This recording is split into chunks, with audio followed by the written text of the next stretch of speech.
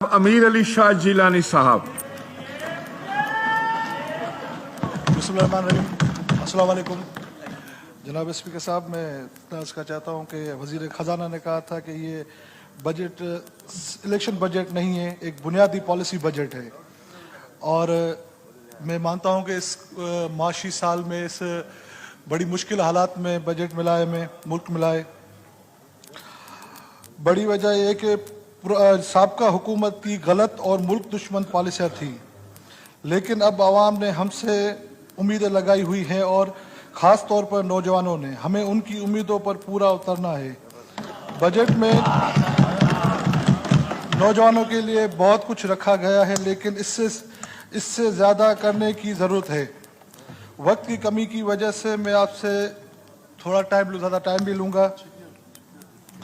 ज़राअत के शोबे में भी बहुत सी मदद दी गई हैं, लेकिन हमारे किसान इससे ज़्यादा के हकदार हैं, क्योंकि आगे आने वाले दिनों में सबसे अहम मसला फूड सिक्योरिटी का है।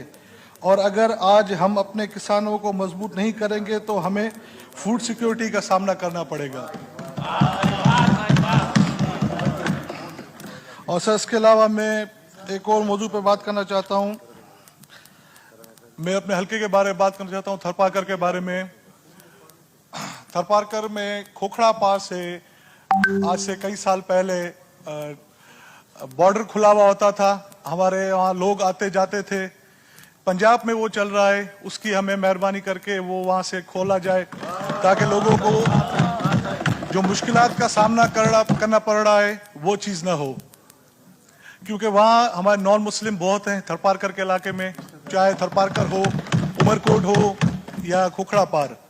उनकी रिश्तेदारियाँ भी हैं वहाँ उस साइड, और हमारे उर्दू स्पीक है उनकी भी रिश्तेदारियाँ हैं। हमारे जो नॉन मुस्लिम हैं भाई, उनकी वहाँ इबादत गाहें हैं, उनको आने जाने में मुश्किलात होती हैं, पंजाब से उन्हें आना जाना पड़ता है।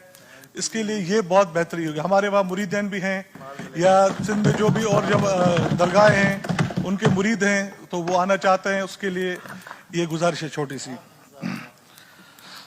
उसके अलावा मैं एक छोटा सा अर्ज करना चाहता हूँ कि बाइपर जॉय एक तूफान हमारे सिंध की तरफ आ रहा था, लेकिन सिंध सूफियों की नगरी है, जहाँ अब्दुल्ला शाह गाजी भी है तो कलंदर शहबाज भी हैं।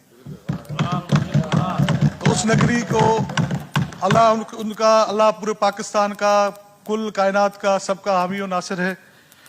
लेकिन मेरे हल्के थरपारकर को तो बाइपर जॉय ने थोड़ा हिट किया था, तो नगर पारकर में कुछ घर गिरे हैं, कुछ उनके मवेशियों को नुकसान हुआ है वहाँ के लोगों को।